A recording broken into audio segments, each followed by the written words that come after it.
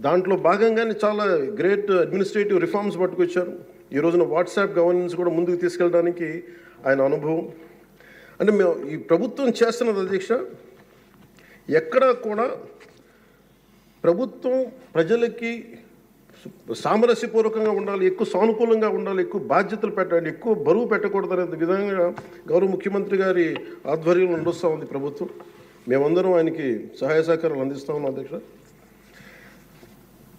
Governor his excellency Abdul Nazeer గారికి రాష్ట్ర ప్రభుత్వ అధిపతిగా గవర్నర్ హోదాలో శాసనసభను ఉద్దేశించి రాష్ట్ర అభివృద్ధి భవిష్యత్ నమూనాను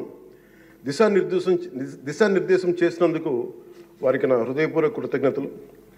అలాంటి ఉన్నతమైన వ్యక్తి ఇస్తున్న సందేశాన్ని చూసి వైసీపీ వాళ్ళు బాయ్కాట్ చేయడం చాలా దురదృష్టకరం.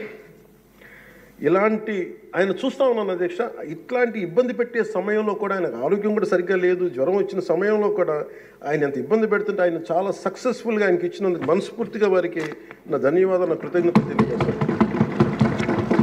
చట్టసభలు దేవాలయాలు లాంటివి రాజ్యాంగాన్ని పరిరక్షించేందుకు 5 కోట్ల ఆంధ్రప్రదేశ్ రాష్ట్ర ప్రజల భవిష్యత్తుని నిర్ణయించే వేదిక ఇది. అలాంటి సభను హుందాగా నడిపించాలని కూటమి ప్రభుత్వం అధికారులకు వచ్చిన రోజు నుంచి తరచుగా చెప్తూ గౌరవ ముఖ్యమంత్రి గారు పదే మా అందరికీ దిశానిర్దేశం చేస్తూ ఉంటారు. గతంలో కూడా మొదటి రోజు కూడా వారికి ఎట్లా రావాలి పెడితే లేదు మనం ఇబ్బంది పెట్టొద్దు, వాళ్ళకి 11 సీట్లు వచ్చినా కానీ పాపం వారికి ఇవ్వాల్సిన గౌరవం వాళ్ళకి ఇద్దామని చెప్పి ఏ రోజు కూడా ఇబ్బంది పెట్టి గబుక్కుని ఒక మాట అంటుంటే గౌరవ సభ్యులు కొంతమంది ఇక్కడి నుంచి అలా చెయ్యెత్తి అలా మాట్లాడకండి అని అందరినీ చాలా సున్నితంగా మందలించారు ఆయన. ఇట్లాంటివి ఉన్నప్పుడు వాళ్ళు ప్రవర్తించే విధానం చాలా బాధ అనిపించింది. మేమందరం 164 మంది సభ్యులు చాలా బాధ్యతగా వ్యవహరిస్తున్నాం అధ్యక్ష.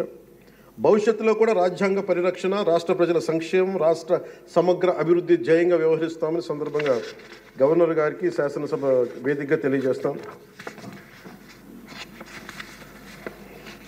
నిన్న సభలో గందరగోళం సృష్టించి సభ నుండి వెళ్ళిపోయిన 11 మంది ఎమ్మెల్యేల పార్టీకి సంబంధించిన ఎమ్మెల్సీ ప్రవర్తనని ఖండిస్తూ ఇందులో ఆ తప్పు లేనప్పటికీ కూడా గవర్నర్ గారికి ప్రభుత్వం తరఫున క్షమాపణ తెలియజేస్తాను అధ్యక్ష.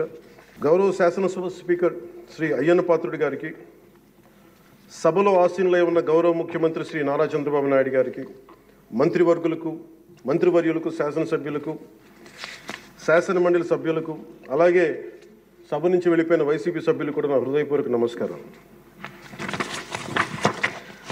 అధ్యక్ష, మేము ఆర్థిక ఇబ్బందులు పడుతున్న రాజధాని ఇచ్చి కూడా రాజధాని నిర్మించుకోలేని రాష్ట్రంలో గత ప్రభుత్వం రాజధానిపై నిర్మాణం దృష్టి పెట్టకుండా 3 ముక్కలాట ఆడింది. అభివృద్ధి కుంటుపడింది, ఆర్థిక స్థిరత్వం కోల్పోయింది.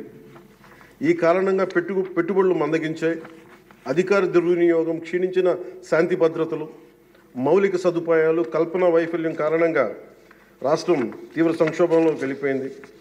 ఇలాంటి సమయంలో గౌరవ ముఖ్యమంత్రి శ్రీ నారా చంద్రబాబు గారి నాయకత్వంలో ఆయన ఈ సవాళ్ళను అధిగమిస్తూ ప్రభుత్వాన్ని స్థాపించాం. ఇప్పుడు ఆర్థిక, సామాజిక, సాంస్కృతిక, విద్య, ఆరోగ్య, పర్యావరణ మరియు మౌలిక సదుపాయాల అభివృద్ధి లక్ష్యంగా ప్రాంతాల వారి సమగ్రమైన అభివృద్ధి ప్రణాళికతో ముందుకు వెళ్తున్నాం.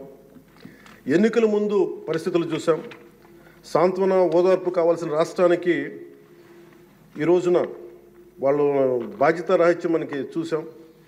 గత కొంతకాలంగా రాష్ట్రం ఆర్థిక సుస్థిరత కోల్పోయిన ధర్మిలా తిరిగి నారా చంద్రబాబు గారి నాయకత్వంలో పునర్జీవం వైపు అడుగులు వేస్తున్న కీలక సమయం అది.